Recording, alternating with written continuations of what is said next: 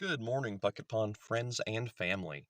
Today we are going to take a look at the $10 nano aquarium that we built about 8 months ago. But here we are. This is the build phase for the $10 nano aquarium. This was back in March of 2023. This project was set up in a pseudo Wallstead style with soil and sand, a little bit of stone, and of course it was planted. We planted it with an elephant ear, some dayflower, and some duckweed. The aquarium came out really nice, and I was very happy with it. I mean, for $10, such a beautiful planted tank, it's hard to beat. But here we are, 8 months later, and we have a lot of growth in this aquarium. I've had to cut down a few of the elephant ear stems as they were blocking the lamp and getting burnt, so I had to cut them down. We also have a few that wilted and fell on their own on the side, and that's pretty normal for elephant ears. Even growing outside in soil, they will occasionally lose a leaf. But we had a problem with drain flies getting into this aquarium, and they are bad news for a jar like this. So we managed to beat them with a reduction in the feeding schedule and by employing some predators, like this girl right here. I believe this is a house spider. That's a common name. I'm not sure of her exact species. I've been working with them about 2 years now, and I've never been bitten, but I could be wrong. They could be dangerous. I don't know. Maybe you can help get me an ID, a species ID for this spider. But as it is, I love them and I haven't had any problems with them. I don't know if it's normal to have spiders in your jar aquariums, but that's what we do here. And you guys have been asking in the comments lately, like, how do you deal with small insects trying to get into the tanks? That's one of the ways right there. A little spider. Yeah. So the aquarium itself looks pretty nice, and it's a bit overgrown inside, but those aren't stems and leaves growing, those are actually roots. That's almost all roots from the elephant ear. There is some dayflower down here, but this is almost all roots from the elephant ear, and it's grown quite a bit in the last 8 months, and I think that's really cool. That does show me that the plant is most likely starving. It needs material, it needs fertilizer, it needs plant food. And we can help to accelerate that process. We can provide food for the plants by, essentially feeding our snails and by repairing the damage that was done by the drain flies.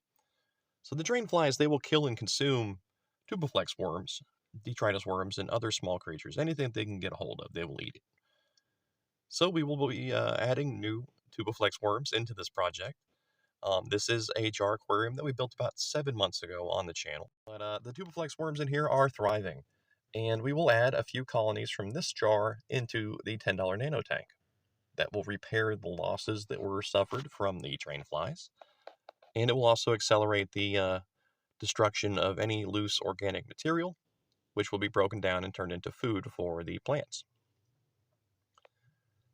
As I mentioned, I did have to cut back the feeding schedule to stop the drain flies, and that meant that almost everything in here would have been not starving to death, but like running on internal power, running on its own internal power source, algae and bacteria, and so it stopped a lot of the creatures from reproducing in such large numbers. The bladder snails had to slow down a bit, and they will kind of adapt to the amount of available food.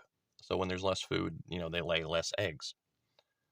But we've beaten the drain flies now, and we can go ahead and resume our feeding schedule and even slowly increase it, make it more frequent. More food means more waste, which means more plant food, essentially.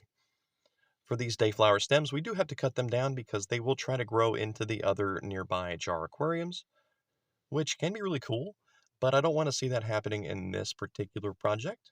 So we're just going to pluck the wilted leaves off the dayflower, throw them into the $10 nano aquarium, where our snails and worms will eat them, and the stems, we will plant them elsewhere to grow more dayflower. The dayflower that we cut out of the tank will regrow on its own, of course.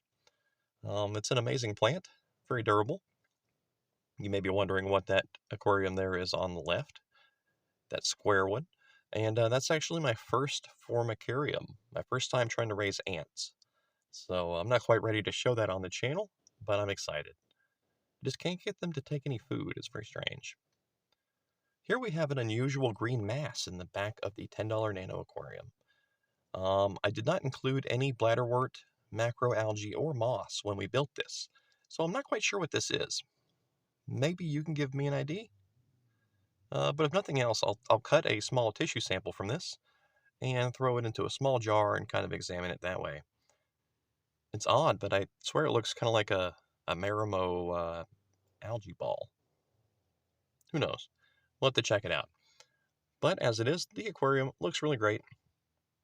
And yeah, I'm glad that we managed to beat the drain flies. They're very hard to stop. And they will sit there and they will eat all of your little microfauna. And it breaks your heart. You know, it does for me anyway. I don't want to show that to you guys. But we've beaten them last month. And I'm just happy to show the tank as it is now. I'm going to add just a little handful of sand here. And that's mostly to cover some of those roots. And that's mostly for an aesthetic choice. Not necessarily required for any reason. I just think it'll look cool. Just to get a little layer of sand down there on top of the substrate. This will show us like exactly how deep the mulm level is. And I can already tell that it's not very deep at all. And that's because we stopped feeding. You know, so our worms were breaking down the mulm. You know, whatever was left of our worms. And our snails weren't producing as much mulm. So it kind of fizzled out, which is probably the reason why the plant stopped growing so many leaves and started growing more roots. So we're going to fix this by just increasing our feeding schedule. And it did make the tank a little more cloudy from adding that sand, but that's okay. But we will fix this by increasing our feeding schedule, meaning I'm going to throw more cucumbers in here more often, possibly with some crayfish water and maybe some foreign snails to get them into the breeding mentality, you know. We'll do a little outbreeding, little predator cues, and a little extra food. We're going to chop up this cucumber here and throw it into the tank. Get them ready. This is their first cucumber in quite a while, so I'm sure they're ready for it. This is a store-bought cucumber, not one of mine, unfortunately. I look forward to growing more cucumbers next year if we're lucky. There we go. We're going to try to suspend the cucumber slice down here in the bottom of the jar. There we go. Yeah. One of the benefits to having all these crazy roots everywhere. And some of the dayflower stems as well. But yeah, guys, I'm pretty happy with this project. It might look kind of yellow or orange on your screen, and that's because I am using a yellow tinted light to grow all these plants. You'll see a lot of stuff on the internet saying that you have to use very specific lights and they have to do certain spectrums and whatnot. You'll see people with the pink light, but I managed to grow quite a few plants off of a store-bought 60-watt bulb. So here's a look at one of our Tubiflex colonies. I love these little guys. They are awesome. We're going to include them into the $10 Nano Aquarium, along with these detritus worms. We're adding them into that tank once again because they were devastated by the drain flies. Now that we've beaten the drain flies, we need to, rebuild our microfauna, our population, our ecosystem. We need to rebuild. And we're going to do that right now. So we're going to use our old pipette, which is essentially a turkey baster. I think we got it for $1, something like that. But yeah, you can see the colony right there, that little pink blob. And we're just going to inject them into this aquarium. Right there. Yeah, that's so cool. And yeah, they're going to land right there. Excellent. I like that they stayed together the whole time too. We'll also get some of the detritus worms and inject them down near the bottom of the tank. So we are rebuilding our ecosystem. And along with the snails, these worms will help to break down any organic material and produce more fertilizer.